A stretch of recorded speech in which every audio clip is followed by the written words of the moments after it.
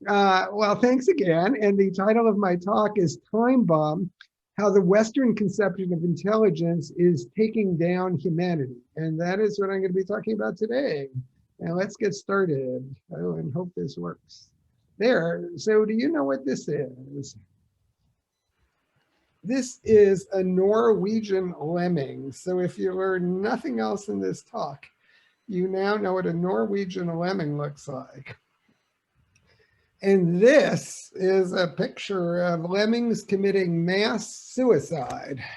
One of them is saying, wait a minute, something feels wrong. And another says, shut up, you moron. Do as you've been told, it's for your own good. The pictures are actually fakes, as you can imagine. Lemmings don't commit suicide. In this case, it actually is a contest, a sort of diving contest, and this diver is getting good ratings. So the whole thing about lemmings committing mass suicide is a myth.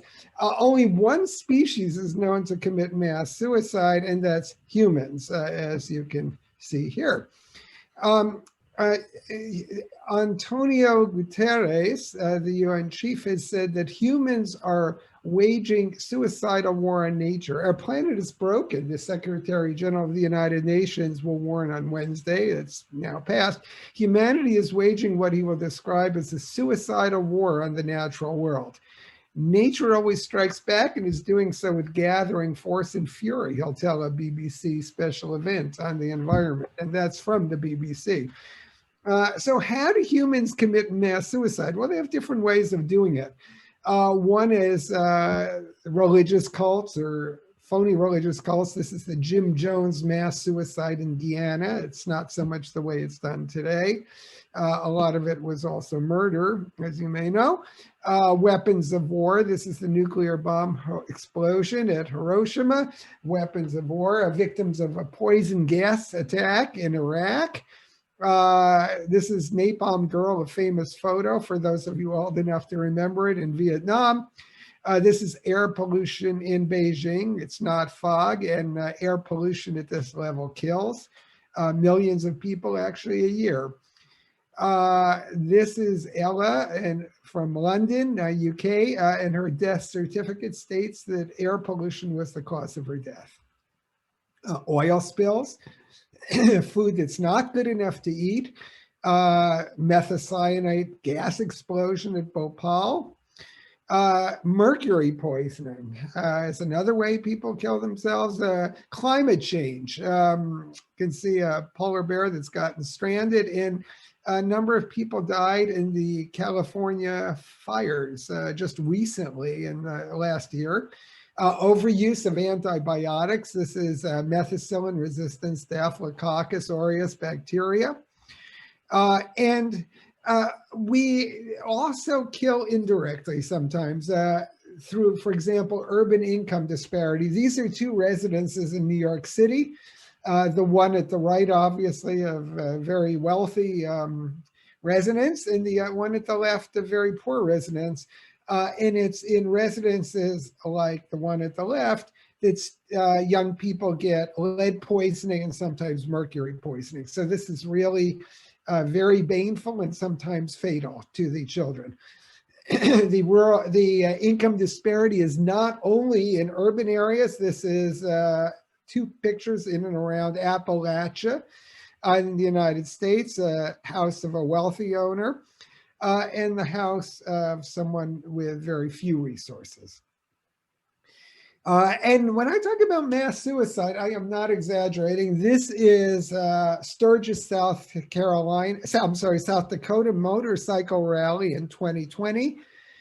Thousands of people came from all over the United States, and predictably, many of them got COVID-19, and some of them died. In the US, at least, we have a not so smart medical system where we sometimes talk about Black Lives Matter in the United States, but when it comes to COVID-19, they seem not to. The rates of death, as you can see, for Black or African American or non-Hispanic persons are much higher than those for Asian and non-Hispanic persons. or white person. So it's really a dramatic difference as a function of your race in terms of who dies. This is more recent. This is the US President Donald Trump arousing a crowd in January 6, 2021, and it didn't go well. This is a mob assault on the US Capitol building, January 6, 2021, and 5 people died. Many others were injured, and as you probably know, a number have got COVID-19, including Congress people. Some people think, well, you know, this is not about intelligence, this is just a mob, but actually the assault was carefully planned. This was not sudden random violence. You can see here two people. One of them is quite securely outfitted and is carrying zip ties, which are used as handcuffs, which he planned to use on Congress people. So this was not just something that happened by chance. This was very carefully planned. So what do all these disasters have in common? I would argue that they're a result, directly or indirectly, of intelligence as conceptualized in the West. High IQ has its advantages. It enables us to do well on IQ tests, SATs, ACTs, GREs, you know, different A levels in Great Britain and other places. There are many, many different tests that are highly G-loaded or general intelligence loaded. They go under different names. And high G or intelligence enables us to create and deliver superpowered stuff with cell phones. You know, that's good if you like cell phones. Enables us, some of us, to set the alarm on hotel alarm clocks. I'm not one of them. I can't set hotel alarm clocks anymore. I sort of rely on the kind at the left. I grew up in the wrong era for the current alarm clocks. IQ predicts lots of shorter and longer term individual successes, but even long-term success for the individual is short-term for humanity. It's produced a tragedy of the commons. And as you probably know, a tragedy of the commons, that term goes back, at least in our country, to colonial times, where a farmer might have a few cattle grazing on a common land. And then if you increase the number of cattle, with a small number, the smart farmers have their cattle graze more grass so that they're fatter and they're worth more. But if you have too many cattle, all the grass is gone and they all die. So that's the tragedy of the commons. That's sometimes what's smart for the individual, which is the way we validate all of our intelligence tests. It's always how much money do you make, what grades do you get, what college or university do you go to, how long did it take you to get out, do you have a PhD? Those are all individual criteria. But these individual successes often lead to collective failures because the characteristics that lead to individual success can be disastrous collectively. So having a car is great for an individual, but as anyone who lives in a city knows, or even sometimes not cities, if everyone does the same thing, you have a collective mess and no one can get anywhere.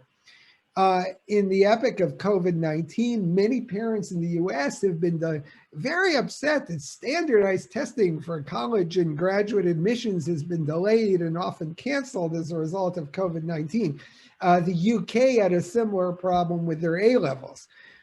Yet even many people with high general intelligence failed the most obvious adaptive intelligence tests, containing items like engaging in social distancing, mask wearing, and hand washing. So they get sick, they sicken others, and others die. So we're worried about A-level scores or SAT scores or IQ test scores while people are going around killing each other by not wearing masks or social distancing. This is not an exaggeration. You know, you all know this. People are dying because, at least in our country, there are a lot of people who are not showing the adaptive intelligence to do the basic things. We all had the chance to stop this pandemic. We blew it, and still most of the world is blowing it. Is IQ more important than basic adaptive survival skills so that people don't die? Each individual success sometimes has brought humanity and many other species closer to collapse. Moreover, conventional G-based tests, tests that are related to general intelligence, although standardized, are not fair to everyone of any species. This says for a fair selection, everyone has to take the same exam. Please climb that tree.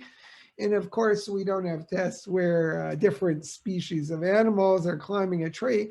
But when we give the same test to people with different cultural experiences, different language experiences, different socialization experiences, different socioeconomic opportunities, and assume we're measuring the same thing for everyone and that everyone had the same opportunity to do well, we're essentially doing what's being done in the cartoon. Going way back in time, primitive hominids presumably did not have the G or IQ points to create the technology to destroy the world. They couldn't have done it. Boy, they weren't very smart, right? Of course, they probably didn't have the IQ points to create flush toilets either. So IQ points, you know, they have some value. I'm not questioning that. I'm not saying, oh, they're worthless. I'm saying they're good for some things. But how many of us have the IQ plus knowledge to create a flush toilet?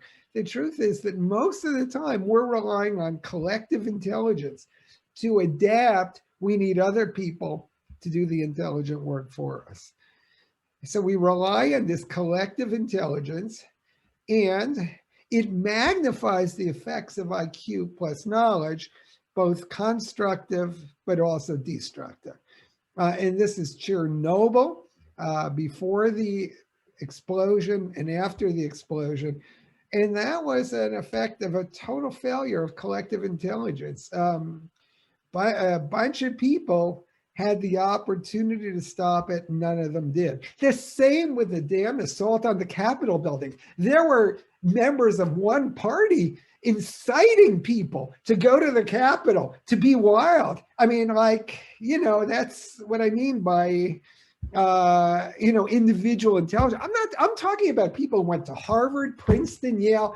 Don't think that these are just blue collar people who don't know anything. These are Congress people with the most prestigious Ivy League degrees inciting people on. And then 5 people died and many were injured. Some, such as Steve Pinker, say things are getting better, much better. And in many ways they are. I'm not questioning whether things are getting better in some ways, but the problem is not just today, tomorrow, or the next day. It's over the long term for our children and our grandchildren.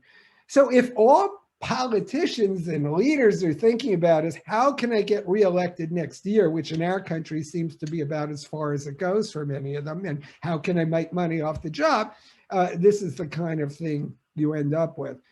And it's starting right now. I mean, it's like, wow, you know, many countries are doing negative things, including my own, about global climate change, and it's already happening. The founders of the testing movement had a well-intentioned goal to create a meritocracy rather than a plutocracy. So what they said is, well, let's not just have people's futures depend on how much money their parents have or they have. Let's use tests to determine their merit. Good intentions. But they couldn't have known early in the 20th century, in the days of Binet and Wechsler and others, how highly test scores and socioeconomic status would correlate and become entwined. In other words, that essentially the tests, not completely, but in large part, were laundering the kinds of opportunities you had in your life to succeed. But I don't think there's any one person or one organization that's responsible. We're all responsible for the current state of testing, all of us in countries that use standardized tests. Colleges and universities that use tests, which in the United States are very common, get useful data for free on who will raise their prestige ratings. A big deal in the United States. You know, you want to have a prestigious university, which means high test scores. Wealthy and well-connected parents, those with power in society, benefit because often they can prepare their children to score well on the test. And it doesn't matter what the country is. It can be the United States, it can be Great Britain, it can be South Korea, it can be other places. Those with resources in countries that use tests can prepare their kids for the test. Those without resources may not even know there are tests. School administrators can use the measures to show they care about accountability, not asking themselves very much about whether these are good measures of accountability. Media publishers have magazines and websites that make them money off what are the average test scores in different universities. And best of all, society can perpetuate the existing socioeconomic class structure and then call it a meritocracy, not taking into account, as you can see in the picture, that some people start with lots of advantages and others start with very few advantages at all. And then the ones who start at third base, I hate to say it, but the Trump children think they're really great because they got a lot of money and they think it came from them. So what do the tests in the modern Western conception of intelligence on which they're based miss?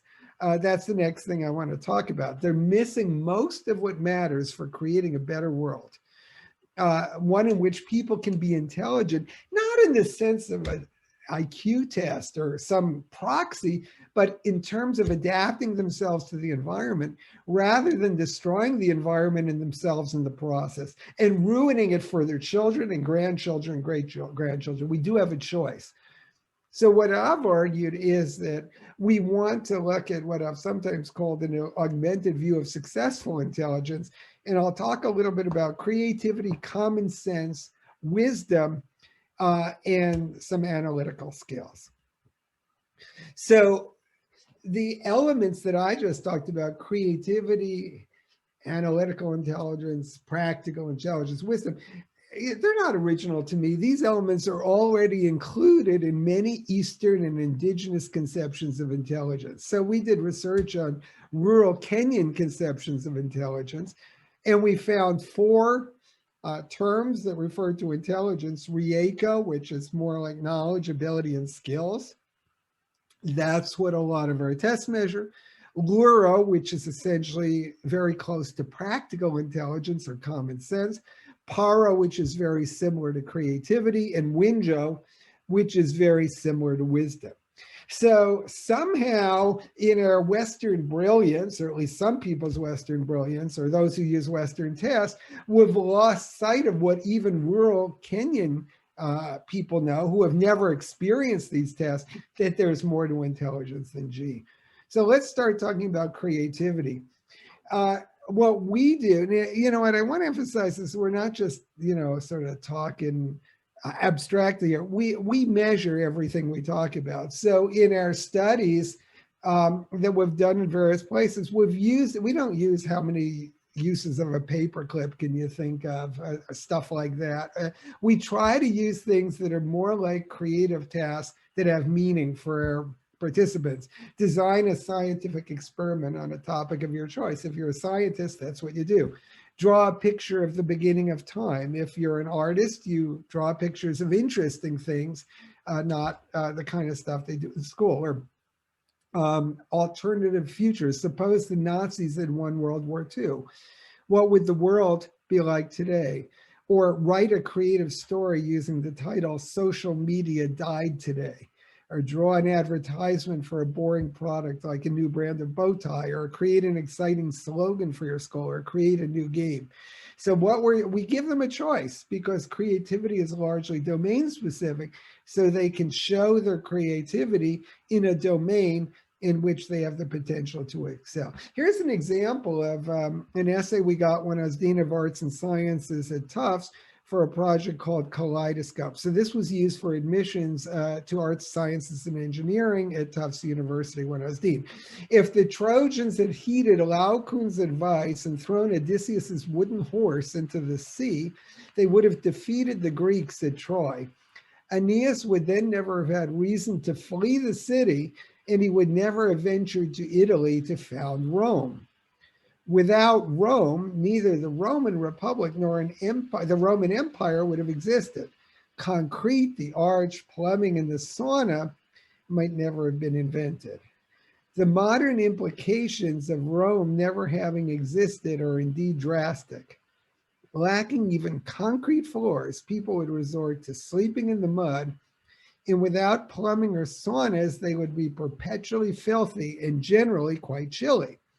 France could not have built the base of the Eiffel Tower without arches, so tourists would be unable to purchase miniature collectible towers in Parisian convenience stores. So that's an example of what we rated as a very creative essay. It was both novel and useful or meaningful from someone whose entry test scores were not particularly high. And what we found, this is from Project Rainbow, which was a national project in the United States in many different colleges and universities, is adding a creative measure to one of our most widely used college admissions tests, the university admissions test, the SAT, roughly almost doubled prediction of first year grades. So creative abilities mattered even for something as uninteresting as freshman year performance in university. We also looked at racial ethnic differences using a measure called omega squared. And at the left, the red bars, you can see the SAT, which is their standard college admissions test, which shows somewhat substantial racial ethnic group differences. And the green and blue bars show our measures, which have substantially reduced ethnic group differences. So I talked a little bit about creativity. Now I'm going to talk about common sense. And this is from a Dilbert cartoon. Wow, you have 3 master's degrees and a PhD. Yes, it's all very impressive. But interestingly, I have no common sense whatsoever. That's not the sort of thing you should say during a job interview. I don't see why not. So this is a cartoon, but the point is that if you're at a university, you know this, there's some people who have very, very impressive degrees and don't have much common sense or practical intelligence. And again, we measure this. We use items like, how would you persuade a friend to adopt an idea of yours that he or she initially does not like? Or you see a movie of students trying to get a mattress up to the 2nd floor, but they can't because it's a winding staircase, and you ask them how they can get the mattress up to the 2nd floor. Or another one, you see a movie where a student goes in to ask a professor for a letter of recommendation and then realizes that the professor doesn't know who she is. What do you do? Or which of the following strategies would you use to study for an essay test? Or we might show romantic couples, half of them real and half of them fake, and you'd have to say which are the real romantic couples. So this is an example of an answer for the letter of recommendation problem, where you're about to ask the professor for a letter of recommendation, you've started, and then you realize he doesn't know who you are. This is the answer. The professor does not recognize me by my appearance, but he may remember my name and my work. I'd start off by introducing myself, say which course of his I took and when I took it, and then remind him of distinctive features of my performance, such as that I received an A on the final exam and also that my paper was on such and such a topic.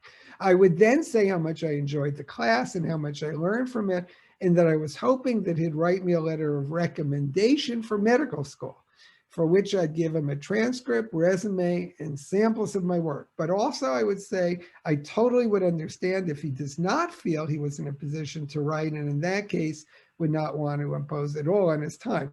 So you'll see that this kind of question is very different from an A-level question or ACT, SAT question or usual questions, but this is practical intelligence in the context of the life of a student who wants to go to medical school. And when we added practical measures in the Rainbow Project, the national one, to the usual college admissions test, we increased prediction by about 25% from 8.4 to 10.6 R squared percentage. Practical intelligence matters everywhere. Here are honey gatherers searching for beehives. And you might think, well, I don't search for beehives, but how good are we all at doing their job? If we're not good at doing their job, why do we expect them to be good at doing our jobs? Why do we think somehow our jobs are the special ones? They need this for their survival.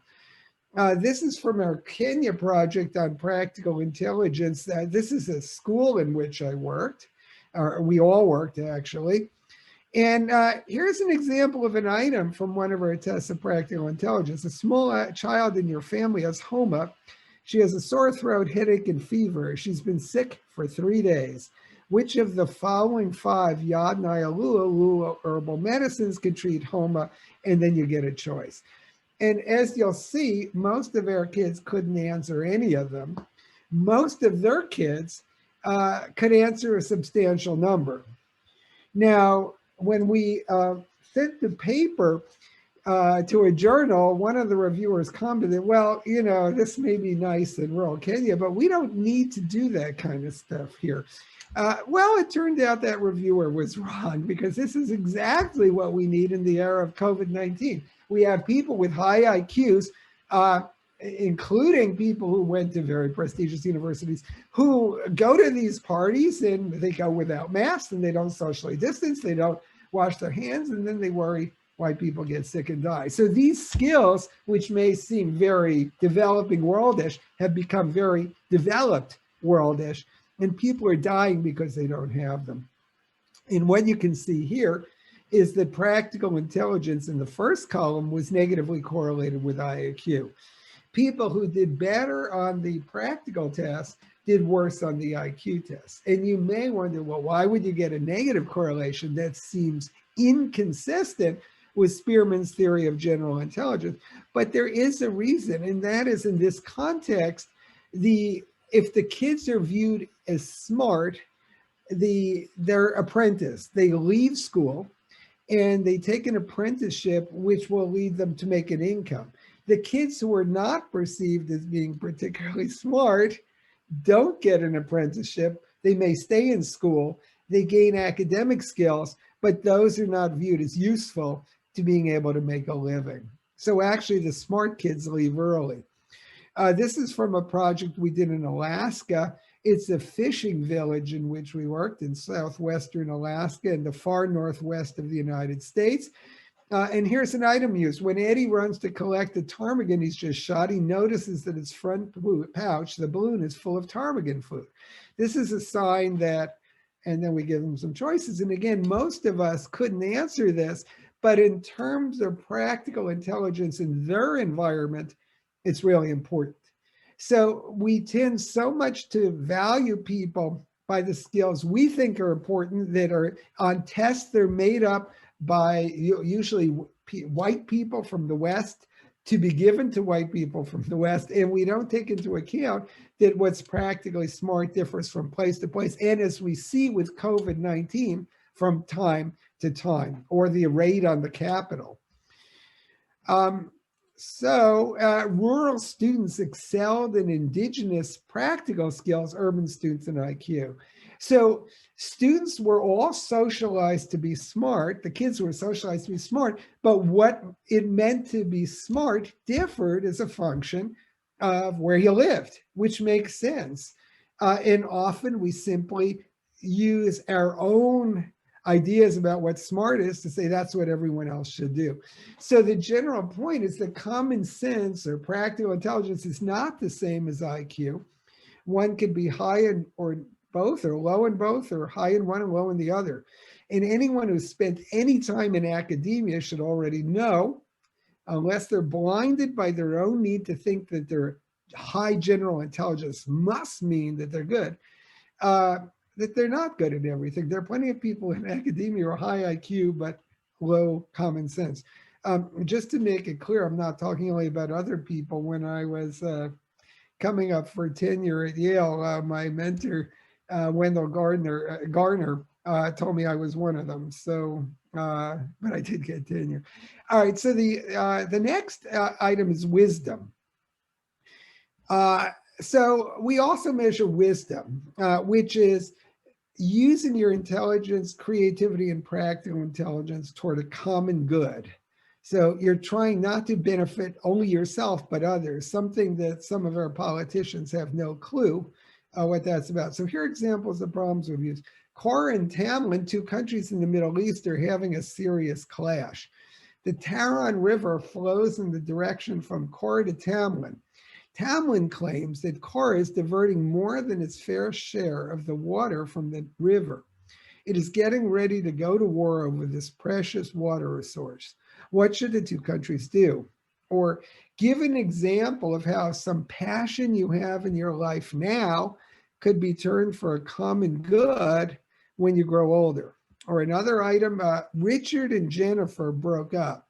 They both left you text messages that they want to talk to you about what happened. You know they both will want you to take their side. What should you do? And here's an example of what we consider to be a good answer to the Kor and Tamlin problem. Kor and Tamlin need outside help to resolve their difference regarding the river water. They should each appoint a commission of people who are water experts from their own country. This commission should be responsible for choosing top experts to form a 5-person panel. 1 expert should be from Kor, 1 from Tamlin, and 3 from outside, with no allegiance to either country. Kor and Tamlin should agree in advance to abide by the recommendation. The deliberations of the panel should be secret, and they should be provided with any resources they need to make a decision. They should propose a solution and vote on it with a majority decision accepted as their final solution to the problem. There should be no right of appeal. So that is a solution that seeks a common good by balancing the interests of both parties over the long and short term. And we used these kinds of measures when I was dean at Tufts, and we found that the project was very helpful for admitting students. We admitted students who otherwise never would have gotten in. The students succeeded when they were at Tufts, and we improved prediction not only of academic performance, but also of extracurricular performance. And the project showed no ethnic group differences among the students. We did something similar when I was provost and senior vice president at Oklahoma State. Originally, Oklahoma State was only accepting people by test scores and school grades, and we added an additional way to be admitted. So there's one other thing, and that is I used to think that, well, standardized tests, they don't measure creativity, they don't measure practical intelligence, they don't measure wisdom, but at least they measure analytical skills. And today I'm not so sure that's true. So I just want to talk about one last thing.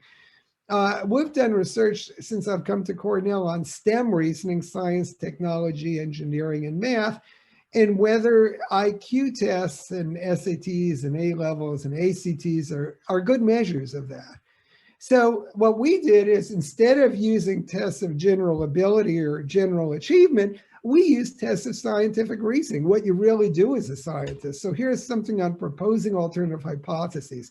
Marie is interested in child development. One day she notices that whenever Laura's nanny comes in to pick up Laura from nursery school, Laura starts to cry. Marie reflects upon how sad it is that Laura has a poor relationship with her nanny.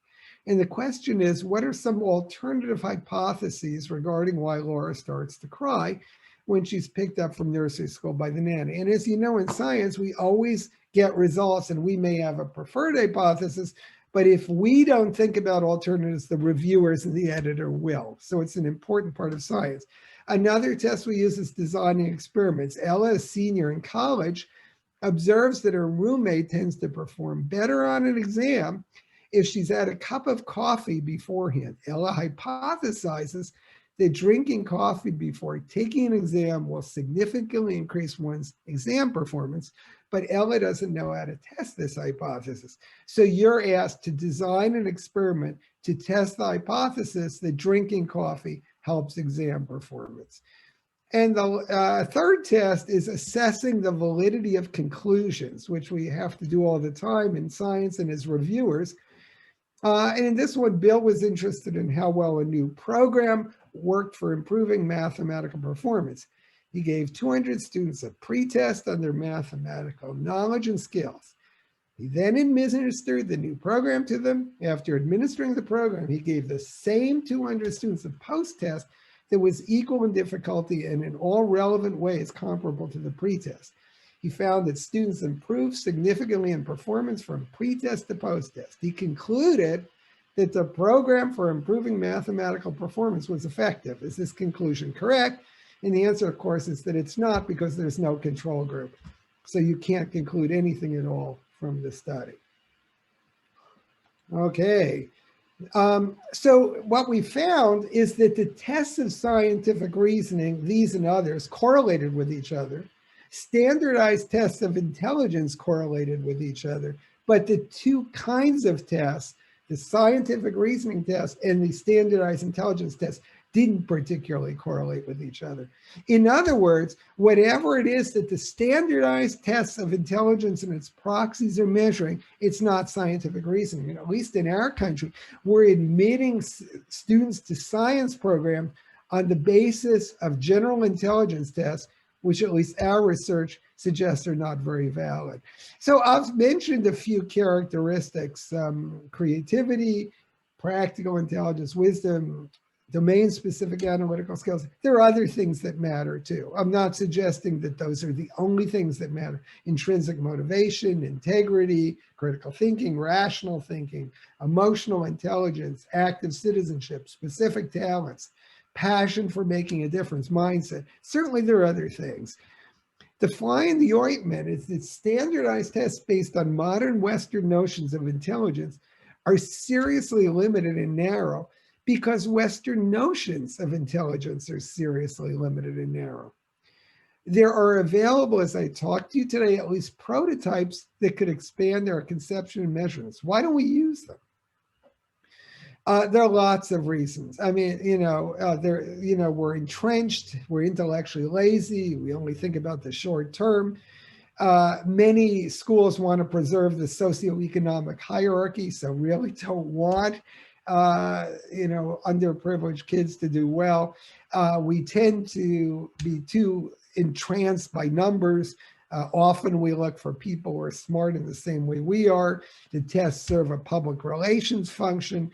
They're often free to the universities, and often we're just superstitious. But the fact is that medical testing has moved leaps and bounds since the early 20th century, and psychometric testing still looks pretty much the same. The Western conception of intelligence values people who are very good at doing what they're told and fitting into an existing cognitive, social, and economic structure. Even creative professions often value those who are working creatively but within entrenched paradigms and who do not challenge the existing structure of the field. People who are highly creative or wise do not fit well into the structure and are challenged at every turn to stay in their place. So little changes because the existing power structure, which is often hidden, does not allow it to change, and that spells a dismal future. We're running out of time. We have enormous problems in the world that persisted, and we're failing to recognize that if the world falls apart, there won't be a next generation to continue smaller, self-satisfied approaches to small problems, much less small approaches to big problems. This is South Beach, Miami, Florida. Today it looks nice. This is what South Beach, Miami, Florida is estimated to look like in the future. Not so nice. It's going to be overrun with water. Now, this is the future. You may say, well, I'm not going to be alive. But Louisiana, another state in the United States, is losing a football field's worth of land every hour and a half. And compare the map of Louisiana. This is a map of Louisiana, what it's supposed to look like. This is what it looks like on maps. This is what it really looks like. A lot of land mass is being lost because of global climate change. We're running the wrong race. At least one black sheep, lemming, has figured out the right race to run. So can we all.